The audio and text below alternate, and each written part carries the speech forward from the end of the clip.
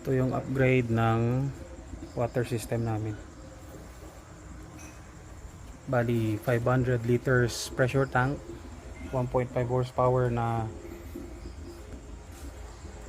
water pump, reservoir na 1,500 liters.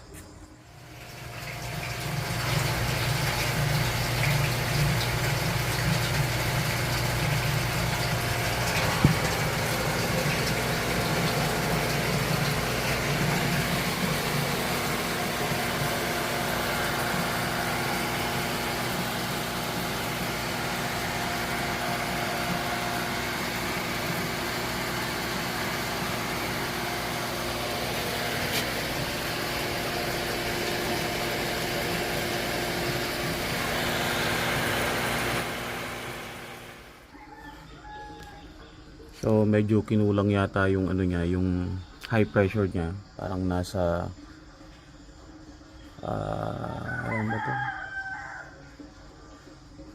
Makikita. Mas 25 pa lang yata or less than 20. So mag-a-adjust tayo dito. Okay, so tumataas na. Nasa 30 PSI na.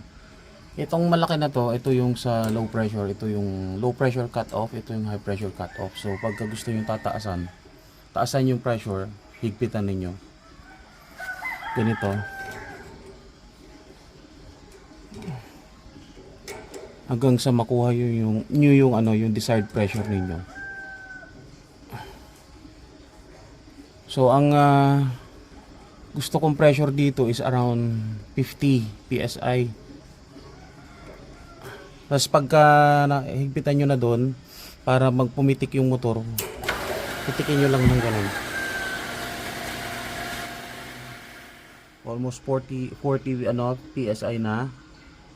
Medyo siguro testingin ko kasi iba-iba yung iba-iba yung pang-accept natin sa pressure ng Testing ko yung pressure sa taas.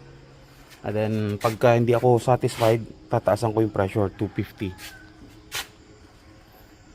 Mamaya itetest natin yung kung ilang minutes siya pipitik sa low pressure settings. Okay, so ito na yung desired pressure ko, 60 PSI. Yung sa low pressure hindi ko pa siya na-test kasi nga bago yung pressure switch. More on observation muna ako. Ito yung meter ng breaker ko.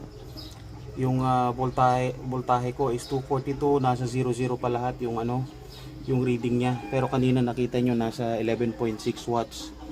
And then yung ampere yung voltage niya, yung current draw niya is around 11 point something. So eto, may mga dapat i-improve kami, which is normal sa bagong installation. Mamaya gagawin namin yan pagka ititest namin yung low pressure nya. And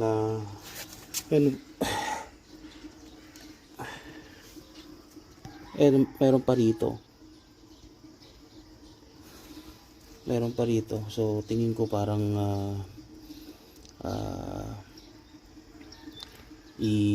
ilan ng yung so far ito pa lang yung nakikita kong leak. 1, 2. Okay, sa baba parang nadadamay lang nung nasa taas, pero babaguhin namin. Okay, so ngayon ang itetest natin yung low pressure nya.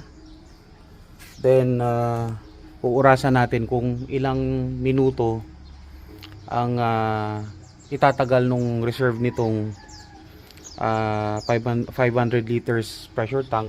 But i-clarify ko lang 500 liters, pero hindi ibig sabihin na 500 liters yung karga nito. Kasi mas marami yung hangin dito kaysa sa karga. Okay, so umpisa na natin.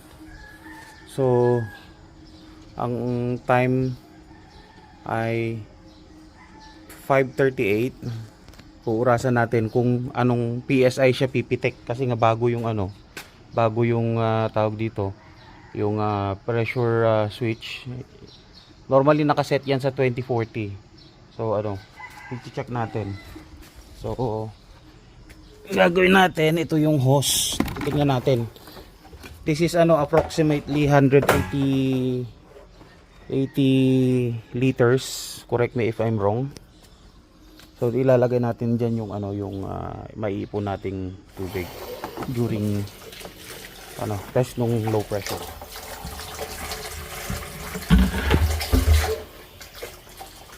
Okay, so 538. Hindi ko pa pala na pakita yung pressure niya, ito. Kung sa pressure, okay na siya, oh. Yan.